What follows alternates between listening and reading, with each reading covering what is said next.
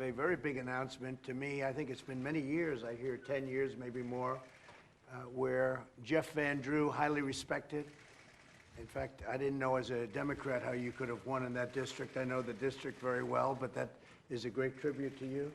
But Jeff will be joining the Republican Party, and we were very fortunate. He voted our way yesterday, as you probably know, and we had a totally unified party. I don't think there's ever been a time where the Republican Party was so united.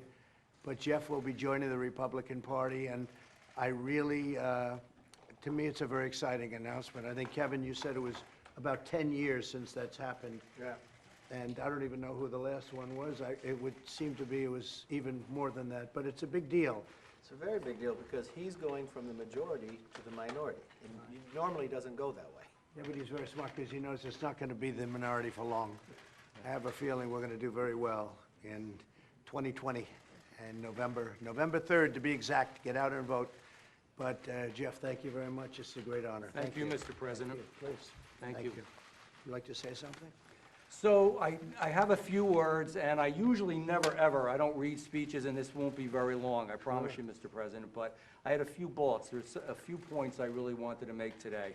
And I would start with how this started.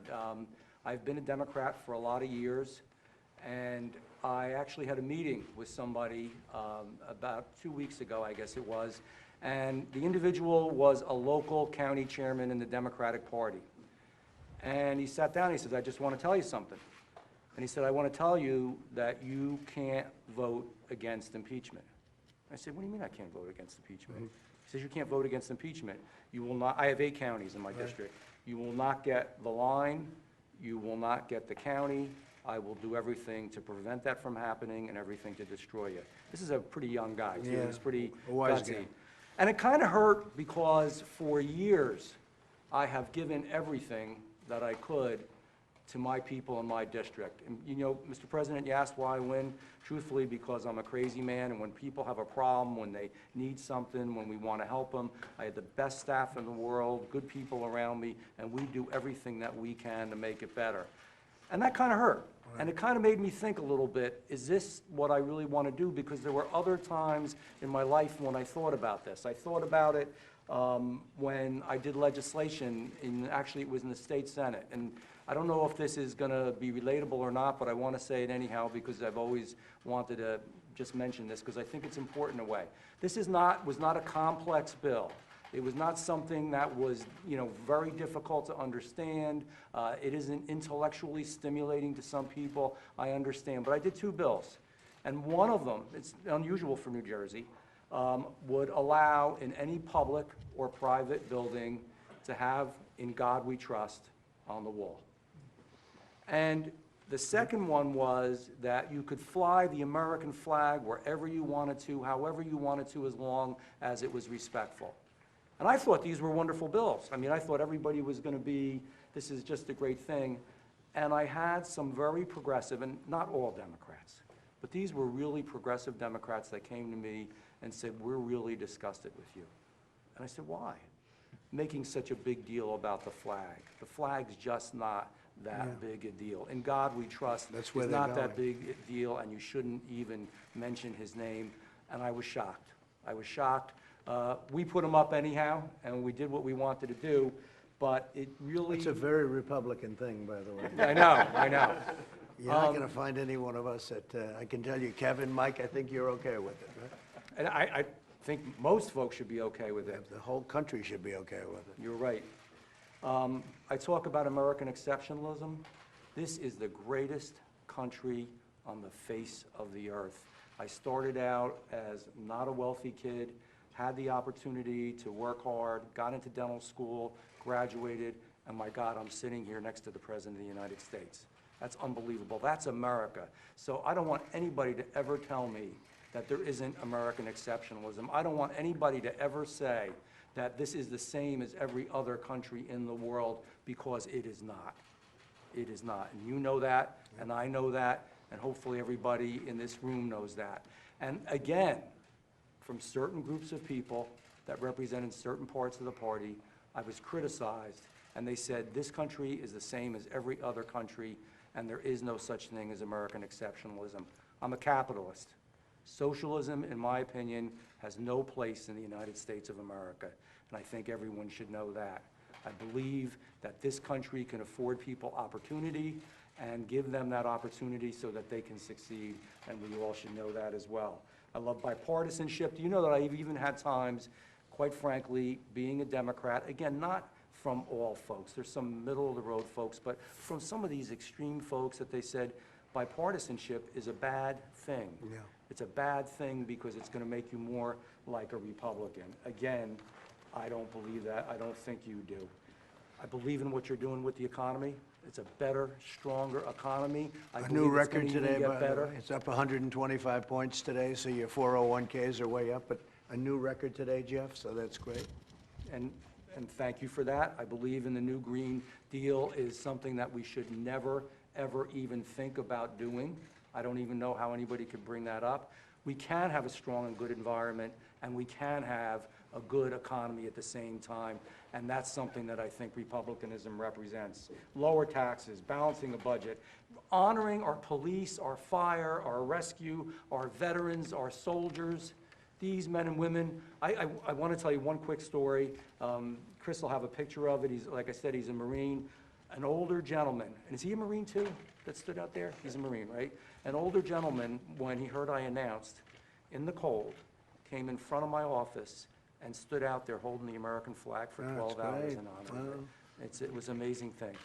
And not quite the length of time people wait for you, That's but okay. that was still pretty neat. That's okay. They won't do that if you're a Democrat, I can tell you right now. So, Wouldn't go well. I guess what I say is, I believe that this is just a better fit for me. This is who I am. It's who I always was, but there was more tolerance of moderate Democrats, of blue dog Democrats, of conservative Democrats, and I think that's going away. Two more things I want to say. One, you have my undying support, Thank you. Thank you very much. and always, And by the way, same way, thank you. I'm endorsing him, okay? We're endorsing him. I can't speak for these two gentlemen, but I can say I'm endorsing him. Thank you. How do you feel about that, Mike? Are you okay? Thank you, thank you, You have Mr. my Vice support President. as well? Put together. Thank you, Leader. Thank you. And the last thing I will say, one of my heroes, and he's always hung in my office, I have a bipartisan wall that has a lot of different people on there, Ronald Reagan. And when he said, I didn't leave my party, my party left me. That's true. That's what he said. And I'm saying the same He thing. was a Democrat, and he moved over, and he said exactly those words. It's fantastic. Thank Thank you you. very much. Beautiful job. Thank you. Mike, do you have anything to say? Well, I just want to say welcome to the Republican Party. Thank you. Congressman, it's an honor to share this moment with you, with the President of the United States, and with the Republican leader, with your team, and their family, as well as I know another public official from New Jersey that'll be following your lead. And That's right. but as I told you before, I just want to tell you how grateful we are for your voice of reason and common sense in the days leading up to your decision. You showed personal and political courage, and I know the people of your district will be as grateful as we are today for your leadership and for the decision you've made, and we look forward to serving with you together and working with you on behalf of New Jersey and America for many years to come. Thank you, Mr. Vice Good. President. Thank you, Mike. Kevin? Well, we just want to welcome you to the party, but more importantly, if there's anybody else that feels like you. If there are other people out there that feel this new socialist Democrat wing of the party has left them behind, join with us, because everything you talked about is an American issue. And it shouldn't have to be debated, whether there's a flag or God or others. And so we've worked together even when you were on the other side of the aisle. It's nice to have you on this side now, too. Thank you. And you just changed our number to 18.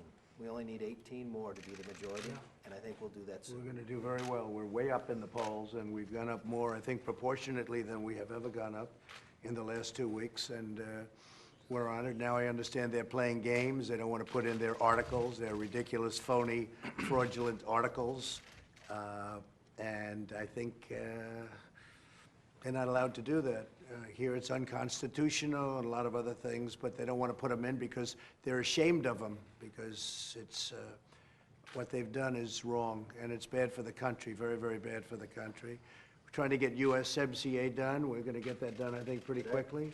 We have our great deal with China. China's already started to buy with the farmers and with the manufacturers. Tremendous amounts of money are being spent back in the United States, and the farmers are happy. They had to put up with a lot, but we took care of them out of the subsidies that we were getting, out of the tariffs that we were getting. But China's now buying very big in the farm belt and in the manufacturing belt also. They're spending a lot of money, and I said it was going to happen, and it happened, and we're going to get a lot more. They want to keep going. They're still paying tremendous amounts of tariffs, and they'd like to have the tariffs reduced, and we'll see if we can get a second part of the deal. But the USMCA, the combination of those two deals will be the two greatest trade deals. You'll never see anything like it. So we've done very much what we said. You know, Jeff, we rebuilt our military. We spent almost $2.5 trillion on the military. When we came in, the military was totally depleted. I will say the Democrats did not help. They're not into the military at all. And we spent $2.5 trillion. We have new planes. We have new everything right now. Much of it's coming over the next year, but within a year we'll be in a position that we've never been in terms of equipment, and the military will be as strong as it ever was, proportionally, maybe stronger. So it's been an amazing period of time, and to have you as a tremendous asset for the party. And again, thank you very much. Thank We're you. with you all the way. Thank you. Thank you. I'm with you. Tremendous honor. Thank you. President, can you speak personally for a moment and just tell us, what does it feel like to be the third president in U.S. history to be impeached? Well, I don't feel like I'm being impeached because it's a hoax. It's a setup. It's a horrible thing they did. They happened to have a small majority, and they took that small majority and they forced people. And, you know, they said, oh, I watched Pelosi out there saying, oh, no, we don't want to talk to anybody. They put the arm on everybody. They tried to get them to do what they had to do. Many of those people were like Jeff, where they didn't want to vote that way. But it doesn't feel, to me, it doesn't feel like impeachment. Last night I said it. We had a great time last night. The room was packed. Thousands of people couldn't get in. A section that really is a pretty much 50-50 section in terms of Democrat, Republican. We had, every one of those people is voting for Trump Pence, every one of them. And it's Michigan, an important state. We brought back tremendous amounts of business, tremendous car companies coming in, everything else. And I'll tell you, I was up there and I was thinking about it. I actually said it. It doesn't feel like impeachment. And you know what? It's a phony deal. And they cheapen the word impeachment. It's an ugly word, but they cheapen the word impeachment. That should never again happen to another president. And I think you'll see some very interesting things happen over the coming few days and weeks. But to me, all I look at, we have the greatest economy in the history of our country. We've never done so well. Our military being rebuilt. You take a look at the tax cuts. You take a look at the regulation cuts at levels that nobody's ever seen. We're protecting our Second Amendment, which other people won't do. No, we're doing things that nobody's ever done before, nobody's ever seen. We have the strongest economy in the history of our country, and our country is doing well. And you know, the other thing that I really saw from yesterday, that I think you people have been covering politics for a long time. You've never seen a Republican Party. 0 negative votes. 0. That hasn't happened almost ever, because the Republicans are not necessarily known for that. We have better policy. They want open borders, the Democrats. They want sanctuary cities. A lot of bad things happen, a lot of other things they have. We're doing tremendously on health care. The individual mandate, you know, we won yesterday in Supreme Court. You saw that in the appellate division. We won yesterday. Individual mandate is now gone.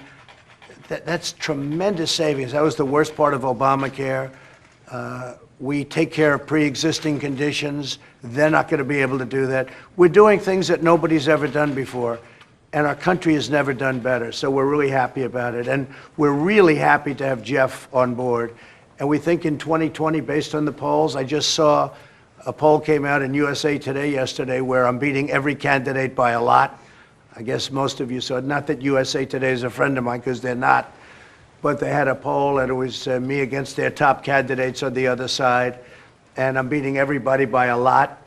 And I think that's where we're going. I mean, we have the best economy and history, and if you remember the famous quote, "It's all about the economy, stupid." Well, I never believed it was all about the economy, but the economy is a big thing. When you have 401ks where people are up 70, 80, 90, and even more than that percent, they like Trump, and they like Mike, and we're going to have a good time. Thank you all very much. Thank you. Thank you very much. Tell us about Mr. President. your strategy for the Senate, sir. Can you tell us a little bit about your strategy for the Senate trial? We think that what they did is wrong. We think that what they did is unconstitutional, and the Senate is very, very capable. We have great senators, Republican senators. We cut your taxes, we cut your regulations. We did things that nobody else would even think about being able to do. And I think, you know what, one of the things, Jeff, that we've done that nobody wants to talk about, this week I will have signed the 172nd federal judge, including appellate judges. We'll have 182 by the end of the year. 182. It's unheard of. Now, President Obama was very nice to us. He gave us 142 empty positions. That's never happened before. But as you know, that's said to be the most important thing that a president has. I happen to think military and defense and all of is the most important thing. But this is right up there. We'll have 172 judges. We're going to have 182 by the end of the year or shortly thereafter. And it's the most incredible thing. And 2 Supreme Court justices, 2 great ones. So with all of the things we've done, and we've done that with the Senate, because what's never said is that in the last election, we picked up 2 Senate seats. Nobody talks about that. And we couldn't focus on the House. I couldn't focus on the House. We'll be very focused on the House this time. But I couldn't, other than Andy Barr, who won against the same candidate that's now going against Mitch, and she wasn't very good against Andy Barr, and she won't be very good against Mitch McConnell. But we've had tremendous success, so I'm going to let them decide what to do. That's going to be up to them. Thank you all very much. Thank you, everybody. Thank you. Mr. President, Congresswoman Dingle, will you apologize to her, Mr. President? Will you apologize? Do you regret your comments? Let's go. We're done. Come on, let's go. Fred, let's go. Let's go, guys. Thank you I very think much. so, yeah. He's doing a great job. You think so? Yeah. Is he going to be your main lawyer in the Senate? It looks like that, yeah. Pat Cipollone. We have a couple of others that we're going to put in, but Pat's been fantastic as White House counsel. Thank you, everybody. President, will you apologize to Congresswoman Dingle?